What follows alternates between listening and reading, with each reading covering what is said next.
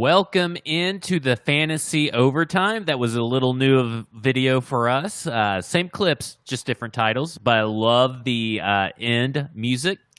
Joining me today is the director and producer of that video, Justin Graver at Titans Film Room. We are ready for your fantasy questions, but we want a lot of fantasy questions. So we need some eyeballs on this show. So go to the three little dots down below and make sure that you share them, retweet, share, whatever you're on. Like us on Facebook, like us on Twitter. We're getting questions already rolling in, but it was just announced, Justin, that Julio Jones, who has a little asterisk down here at the bottom, is out for today's game. What kind of fantasy implications does that have for the Atlanta Falcons-Chicago Bears game? Well, I think that the first obvious one you look at is Calvin Ridley, but I'm a little bit worried about his, I guess, going up against as the number one guy without Julio playing across the room. You never know how a defense is going to respond to that. But I think Russell Gage is a big winner, and I think Hayden Hurst, who has had a tough time getting involved in this offense outside of a long touchdown last week, could also be a big winner here. I'm going to disagree with you. I think Russell Gage is a big loser for today because just like when Chris Godwin was out and everybody was hyping up Scotty Miller, Russell Gage has to be covered now by a better cornerback than what he traditionally sees. So I will say that Russell Gage is down. I do like Hayden Hurst. Let's put him up. And I do like Todd Gurley. This does not affect Matt Ryan, in my opinion, and this does not affect the viability of Calvin Ridley as we've seen over the last 2 weeks. He's kind of a number one anyway. It's kind of dual number ones there. So I will definitely take Calvin Ridley, Hayden Hurst, and Matt Ryan, and Todd Gurley. I'm just out on Russell Gage at this point. Unless you have to have him in the flex, I wouldn't put him in the flex. So lots of news today. Yeah. Look at all this out.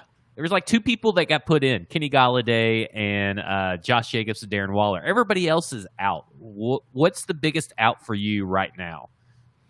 Well, besides Julio, I mean, Julio was the number one for me, but we've already covered that. I guess, who is out? Who's the biggest out to you? Probably Devontae Adams. I think that's a huge blow for the Green Bay Packers if he does not play. And they're saying that he's a game-time decision. They're going to try and get him in there, but I don't even know if you want to risk it at this point. Hamstrings and wide receivers just don't mix, and even if he does play, I don't even know if that affects anything. I mean, obviously, it's going to be an Aaron Jones kind of day like we've seen, but man, they had a lot of momentum going, and this is a huge blow for that Green Bay offense. Definitely, and yeah, like you said, he might still give it a go. I also think Zach Moss being out isn't like a huge deal for the Bills, but it's kind of a big deal for Devin Singletary owners and Zach Moss owners, who I was high on. You know, he didn't have a great game last week, but I was still high on him in general. So I don't know if you want to. I feel like a lot of people are going to roll Devin Singletary out now because Zach Moss is out, but I'm kind of worried just because the Rams have been really good on defense so far. They've been underdogs in both games that they've played, and they've won both games, unlike the Bills, who have been heavy favorites against two of the worst teams in the league. So I'm a little worried about the Bills' offense in general today. I'm worried about Stephon Diggs going up against Jalen Ramsey, and Zach Moss being out I don't think helps very much. I think the only person that it helps fantasy-wise is going to be Josh Allen. I think you're going to see a big day of Josh Allen on the ground, and I think you're going to see him come back down to earth versus this Rams defense. So it's kind of a little bit of a give and take for Josh Allen, who is a top 12 fantasy quarterback almost every week. He still probably will be at the bottom of that top 12, but he still is a viable start because he will get you rushing touchdowns and stuff. So let's start us off in questions. We got Ryan Watson on Periscope, Jerry Judy, Michael Gallup, CeeDee Lamb, Smith-Schuster, and Terry McLaurin. He only needs 2, and it's a PPR. Who are the 2? To me, I think that you cannot sit CeeDee Lamb this week. I know all the numbers are indicating that. I mean, we talked about this on the Flex on Thursday morning, and then later that day, a tweet came out that showed just how bad the Seahawks have been defending slot receivers. They're the worst team in the league in terms of allowing slot receiving yardage. CeeDee Lamb has taken most of his snaps out of the slot. It all lines up for a huge CeeDee Lamb game. So probably Michael Gallup's going to go off and CeeDee Lamb's going to do nothing. Just kidding. I think you go Lamb and Smith-Schuster in that group. McLaurin, I love McLaurin. I just think the matchup suits CeeDee Lamb better. But, I mean, if you feel more strongly about McLaurin, he had a great game last week. Maybe you roll with that if you think it's going to be more fun. But to me, Juju and CeeDee are the play out of this group. What do you think?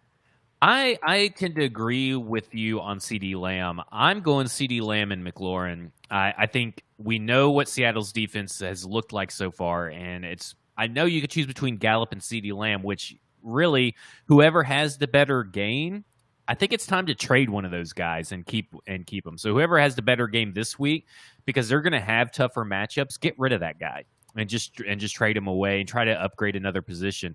But I'm going CeeDee Lamb, slot receiving yards, pass defense, everything like you said. I think I'm going to go Terry McLaurin. You know, I'm not going to say no to Smith-Schuster. I'm definitely saying no to Jerry Jeudy. I'm definitely saying no to Michael Gallup, right? So McLaurin, I like him because the Cleveland Browns pass defense is not very good. And we saw him light up last week. I think he's going to have another good week this week because the Browns just have nobody on pass defense that scares you. They're getting some guys back this week, I think. In the secondary. If they are, I haven't seen anything big. You'd think that like Greedy Williams or someone would get like some recognition. So if they are playing, then that totally changes everything. But I think Lamb for sure. Flip a coin for Smith-Schuster and McLaurin, and just go from there. Because I will say the Pittsburgh Steelers are facing the Texans, and we know the Texans aren't a great team. But they still can generate pressure, and the Steelers' offense has not been the offensive line has not been the offensive line of old. So, you know, it's kind of a toss-up. So the next, update. Greedy Williams has actually been ruled out, and Denzel Ward was limited in practice this week and is questionable. So could be a big McLaurin day there. Yeah. So we got a question from Greenlight on YouTube. McKinnon or Diggs PPR? That's a good one. This is a good one because McKinnon has presumably all the opportunity now going against a bad defense on a team that's probably going to run a lot with their backup quarterback. Meanwhile, Diggs, I think, leads the NFL in receiving yards, has a tough matchup, and will likely be shadowed by Jalen Ramsey, they said today. To me, though, this is a classic case of don't get too cute and start your studs. I'm worried about McKinnon's workload. McKinnon's never been a big workhorse guy. He's never been super great running between the tackles anyway. When Matt Breida got hurt a couple of years ago, Kyle Shanahan leaned on Jeff Wilson in the red zone a lot with the goal line touches. I think Jeff Wilson's going to be your between the tackles runner today. McKinnon might play a lot on third down, but the Niners are playing the Giants, who are not that great. I know the Niners are missing a lot of guys on defense, but how good are the Giants? Are missing Saquon Barkley. How good is that offense going to be? I don't think McKinnon is going to see a ton of usage today. Meanwhile, no matter what happens against LA, whether they're winning or losing, Diggs is going to be a huge part of that offense. Even if he is shadowed by Jalen Ramsey, they're going to manufacture touches for him just because he's their best playmaker with the ball in his hands. So there's no question to me it's Stephon Diggs, but I do like the thought here because it's a tough one looking at like someone with a lot of opportunity versus a tough matchup, but start your studs. Yeah, I think you have to start Diggs because he's always going to be on the field, right? I mean, or at least he's going to be on the field for 80% of offensive snaps. McKinnon, it could be 50-50. Like, you really don't know what's going to happen. And I'm a big believer like you. Raheem Mostert and Tevin Coleman, look at their splits of the offensive snaps and how they were used, and that's how you're going to use Jeff Wilson and Jerick McKinnon. I think this is a Jeff Wilson game. We've seen that he'll have that one game where he goes for like 3 touchdowns in the red zone when they get in there. I know it's a Nick Mullins-led offense too, so they may lean on Jeff Wilson a little bit more, but that also affects everything. That affects how the whole offense runs. We know everybody's healthy on Buffalo. We've seen 2 weeks of this offense now in Buffalo. We go Diggs, PPR, play your studs. Need two in the flex is from Chapstar and Periscope. Not sure if this is PPR, but here's pick two: Todd Gurley, John Brown, Leonard Fournette, CeeDee Lamb. CeeDee Lamb is a must start to me in all formats because of the matchup and the slot stuff we talked about earlier. Now, the other three, this is actually pretty tough. Todd Gurley with no Julio could be more involved in the passing game on the short screens and little stuff out of the backfield. John Brown, I actually like John Brown a lot this week because of Jalen Ramsey on Stephon Diggs. And I just mentioned how they're going to manufacture touches for Stephon Diggs, but I think that Buffalo's going to be dropping back to pass a lot, and John Brown's going to be open more often than not this game because of that Jalen Ramsey matchup. So I like John Brown a lot. And then you're playing Leonard Fournette, right? So I'm playing Leonard. It's a wasteland of a backfield that I have. I'm choosing between Leonard Fournette, Antonio Gibson, J.K. Dobbins, did I say Antonio Gibson? Fournette, Gibson, Wilson, Dobbins, and Freeman. I spent all my waiver dollars on Freeman, Devontae Freeman this week. It's rough, I don't know when Raheem Mostert's coming back, and we know that Freeman's going to get his touches. I don't know if that's going to be this week. That's the problem. What is he going to do on a shortened week versus a banged up San Francisco defense? So, and across the way, you have Kyle Shanahan, who knows a lot of how to stop Devontae Freeman, what he's good at, what he's not good at. So now I've just talked myself into benching Freeman at the last second, and I shouldn't tinker. I shouldn't. In order to play Fournette, right? What's your pros on Fournette? Rojo's in the doghouse. It's over for Rojo. He is going the way of Jonas Gray. If anybody remembers Jonas Gray from the Patriots back in the day, he had a couple of good games and then he fucks up and then that guy goes down. And Arians doesn't have any patience for him. Brady ain't going to have any patience for him. He's a fumbling machine. Fournette looked like the 10 times the better back in that backfield yet last week. And so to me, it's Fournette going forward. Listen, Bruce Arians can make a liar of me. He's a noted liar. Always lies. You can't believe anything Bruce Arians say. But just the way that one fumble and the way Tom Brady acted, it's over. It's over for Rojo. And that's a tough matchup there just because Denver's defense is pretty good against the run. But I think that the Buccaneers offense, we haven't seen them at full strength yet. Chris Godwin's back today. I think that they're probably going to carry a lead into halftime, and then it's going to be sort of the Derrick Henry method in the second half in that game where they just pound it with the big back to try to wear out the defense and close out the game. So out of those two that we were asking about, I'd probably go CD and Fournette, but John Brown is close to me as well. Yeah, I don't think you can really go wrong with any of those because those are your flex, right? I mean, you're not relying on them to be starters, so flexes typically have lower ceilings and higher floors, and all these guys are low ceiling, high floor guys. If you're PPR, I would probably go Lamb and Gurley. But if you're standard, I'd probably go Lamb and Brown almost. It's very tricky. Next up is Shazam. 4 wide receivers I need to start 2. PPR. Keenan Allen, Terry McLaurin, Adam Thielen, Corey Davis. Man, these people have good lineups. These are tough choices. Yeah. I'm all in on Keenan Allen. I'm all in on the Chargers today. It's Justin Herbert day. The Chargers are playing the Panthers. The Panthers are the worst defense in the NFL. I heard this stat on a podcast, and I question the legitimacy of it as I sit here getting ready to say it out loud. But they said the Panthers have 4 pressures this year. Woo. 4 quarterback, or maybe it was 4 QB hits.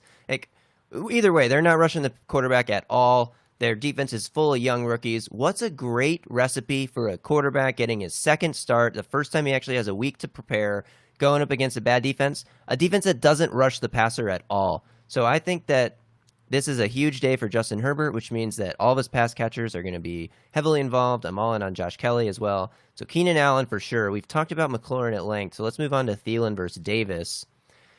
If you are a Titans fan, it might hurt you to start Thielen over Corey Davis, but look at the matchup, look at the numbers, and I think that is a clear and obvious decision there to start Thielen over Davis. But if you only need 2, maybe you just avoid that quandary altogether and go with Keenan Allen and Terry McLaurin. I am out on Keenan Allen. I'm out. And here's why. You shared a good stat this morning before we jumped on here, and it was running backs with 35-plus carries and 0 touchdowns. Joe Mixon, Derrick Henry, Austin Eckler. The Panthers are a horrible run defense, one of the worst run defenses around. You know what a recipe is for a rookie quarterback? Don't put the ball in his hands and let them run it. And Austin Eckler, Josh Kelly are going to have themselves days, and so that's why I'm out on Keenan Allen. I don't think they're going to go pass heavy because I think they're going to be able to run it and just eat up the clock the whole game and protect their rookie quarterback. That could definitely happen, but the Carolina has a pretty good offense on the other side. Even though their defense is miserable, they might be forced to put the ball in Herbert's hands just to keep up a little bit, at least early on. Yeah, I don't know. It depends on the explosives of Joshua Kelly and Austin Eckler. I mean, how explosive is that run game going to be? I mean, we saw Josh Jacobs go off, and then I forgot who they played last week. Oh, Jacobs, Leonard Fournette last week. Oh, right. Right. Jacobs is questionable, by the way. Oh, I guess that doesn't matter for this game, but yeah. I think he's playing. But watch out for that. I don't know. Freeman is active today. Devontae Freeman is active today for week 3. Does not mean he's going to start, so I may be sitting him. Okay, so I'm going to go Terry McLaurin, Corey Davis. And I know that's crazy, but I like Malcolm Butler on Adam Thielen. I think our corners match up better with someone of Adam Thielen's wide receiver ability. So I'm going Corey Davis, Terry McLaurin, and because this Minnesota Vikings offense, it sucks. And Corey Davis still got a touchdown last week. Him and Ryan Tannehill have a connection that cannot be stopped right now, kind of like Ryan Tannehill and Jonnu. And until I see it stopped, and I still keep getting touchdowns or yardage from Corey Davis, I'm going to roll Corey Davis. So I'm going that way. The next question is, with Julio out, Deshaun Jackson or A.J. Green, 1-point PPR, A.J. Green. It's not even a question in my mind. The guy's gotten 22 targets over the last 2 weeks. He's getting targets like crazy. He's the lowest rate of catchable targets in the league. Yeah, but he's still getting targets. And let me say this. Targets and opportunity matters. And I think the reason he's getting so many targets and they're not in sync is because he missed all of the offseason. So it's going to start catching fire. Now, A.J. Green will never live up to probably where you drafted him. But I like the A.J. Green matchup this week and 1-point PPR over Deshaun Jackson. I also like the matchup. I think both of these defenses are miserable, but that's why I like Djax to get back on track. I think that the Eagles have been saying that they're going to focus on making sure he gets more touches in the offense. He hasn't been great through 2 weeks, but with Jalen Reagor now missing like 8 to 10 weeks or whatever, he's the only real primary deep threat again. I do think the tight ends for Philly are going to be heavily involved, but I think Djax has a little bounce back game here. Now, I don't mind A.J. Green either, just because I think the Eagles' defense is horrible, but I guess you're in a good spot, Pat, whichever one you roll with. Yeah, roll with AJ. Okay, Corey Davis or Cooper Kupp. This to me is a no-brainer. You always play your studs. Cooper Kupp is a stud. Play Cooper Kupp. I agree. I love Corey Davis, but I think you got to go with Kupp because if Robert Woods is shadowed by Tre'Davious White, even though it's a revenge game for him, you could see a lot of Kupp action. So last question before we head off, Chris Godwin or CeeDee Lamb? That's a tough one because we haven't seen Godwin yet this year. We have no idea what his connection is like with Tom Brady, but he's Chris Godwin. I mean, you must have drafted him in the second or third round of your draft, or you kept him from last year. I don't know how you bench him after you spent a high pick on him and have waited 2 weeks to get him on the field. Now, you're probably okay because CeeDee Lamb's been so good, and he's going to have a great matchup here, but I would feel really weird if I benched Chris Godwin, and I'd feel terrible if he went off on my bench, and I feel like Chris Godwin's a stud that you just should never bench. Well, and Chris Godwin did play week 1. He went 6 for 7. He was 6 for 79 in week 1, and so before he got injured, he was getting the targets and he was making that offense move. And I will say you have to start Chris Godwin. CeeDee Lamb has not reached stud status, and I know he has a juicy matchup, but it's Chris Godwin, it's Bruce Arians, it's Tom Brady. Chris Godwin's is a stud. You have to start your studs, like we always say. You have to start him. Don't be like me and try to get too cute and try to start Laviska Shenault over Odell Beckham, because I will regret that today. I will. At the end of the day, Odell Beckham will probably have 100 yards and 2 touchdowns sitting on my bench. So, do we have any specials rolling right now? I asked yesterday, but I don't think so. Well, the only real, it's not a special, but Mike Heimerdinger Foundation All Access monthly membership is a great way to be involved at Broadway Sports Media and the Nashville community, because 25% of proceeds from that membership level are donated to the Heimerdinger Foundation to help feed families who are suffering from cancer in the Nashville area. Pretty great mission. So head on over to BroadwaySportsMedia.com and check that out. Get yourself a Heimerdinger level foundation membership, All Access pass. Yeah, it's perfect. You get to help a charity that is close to the Tennessee Titans, which is what we mainly write about. Even though we do have Predators and we do have a lot of hockey or soccer content that everybody should be checking out. They went live yesterday, and it was a really good live show that you guys should definitely check out. So that's it for the fantasy overtime. In and out in 21 minutes, and everybody tighten up, and the Titans are going to walk away with a win, 27-14. Thoughts on that score?